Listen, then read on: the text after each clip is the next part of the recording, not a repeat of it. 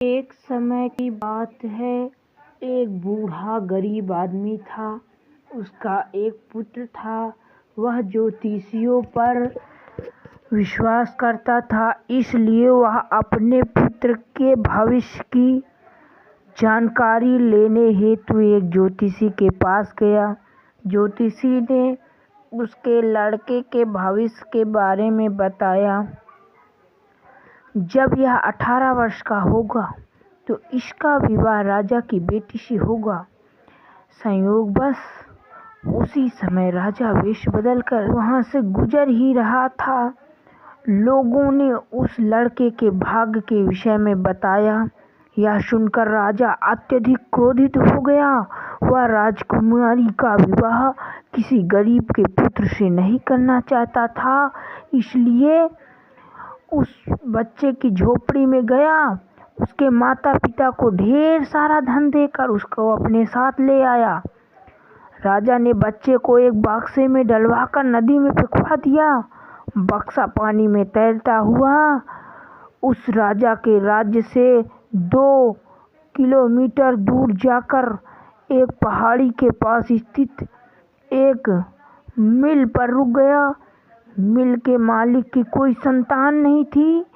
उसने बच्चे को भगवान की देन मानकर अपना लिया। वह उस बच्चे का लालन पालन बड़े प्रेम व्यवहार से करने लगा, बड़े प्यार से किया। 17 वर्ष बाद जब राजा किसी कार्य से उस मिल मालिक से मिला, जब उसने उस लड़के को देखा तो उसने मिल मालिक से पूछा कि यह लड़का किसका पुत्र है।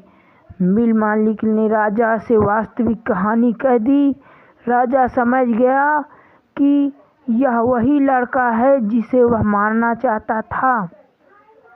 राजा बोला, बहुत अच्छी बात है, क्या तुम उस लड़के को मुझे एक काम करने के लिए दे सकते हो?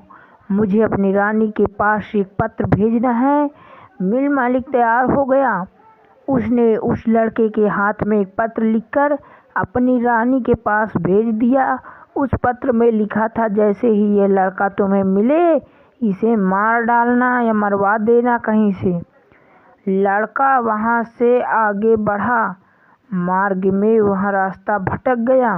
भटकता हुआ एक झोपड़ी में पहुंचा। वहां एक बूढ़ी औरत रहती थी। वह बोली, तुम कौन हो, यहाँ कैसे आए?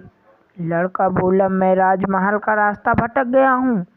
क्या आप मुझे एक रात के लिए यहाँ पर शरण दे सकती हैं?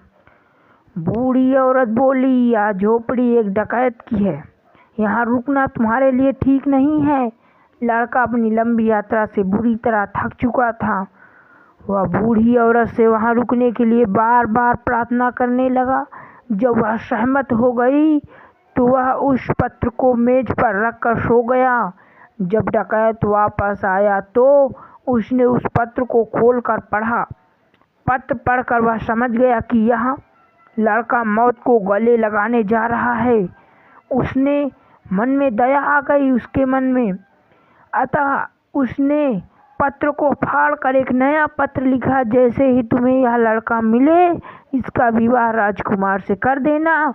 सुबह उसने उस लड़के को राजमहल का सही रास्ता दिखा दिया। रानी ने पत्र पढ़कर उस लड़के का विवाह राजकुमारी के साथ कर दिया। कुछ दिन बाद जब राजा महल में वापस आया तो उसने पाया कि भविष्यवाणी सत्य हो चुकी है। वह बहुत दुखी हो गया। उसने लड़के से कहा, तुम मेरी बेटी के साथ एक शर्त पर रह सकते हो। अब तुम मुझे गुफा में रहने वाले राक्षस राजा के 3 सुनहरे बाल ला कर दोगे। लड़का शर्त मानने को तैयार हो गया। वह यथाशीघ्र यात्रा पर निकल पड़ा। सबसे पहले नगर के फाटक पर स्थित चौकीदारों ने उसे रोका और पूछा, बाजार में फव्वारे क्यों सूख रहे हैं? लड़का बोला, मैं वापस आकर इसका उत्तर दूंगा। फिर वह आगे बढ़कर दूसरे फाटक पर पहुंचा। वहां के चौकीदार ने पूछा, मुझे बताओ, जो पेड़ पहले सोने के सेब देता था अब वह एक पत्ता भी क्यों नहीं देता? मैं इसे वापस लौट कर बताऊंगा, लड़के ने उत्तर दिया। जल्दी ही एक नहर के किनारे पहुंच गया। नाविक ने उस लड़के से पूछा, मुझे इस नाव को ही क्यों चलाना पड़ता है? मुझे स्वतंत्रता क्यों नहीं मिलती? मैं वापस आकर इस प्रश्न का उत्तर दूंगा, लड़का बोला। लड़का नहर पार करके उस राक्षस राजा की गुफा पर पहुंच गया। राक्षस राजा की बूढ़ी दादी ने उस लड़के से पूछा, तुम क्या चाहते हो? लड़के ने उत्तर दिया, राक्षस राजा के 3 सुनहरे बाल। दादी बोली, मैं जितना हो सकेगा तुम्हारी मदद करूंगी।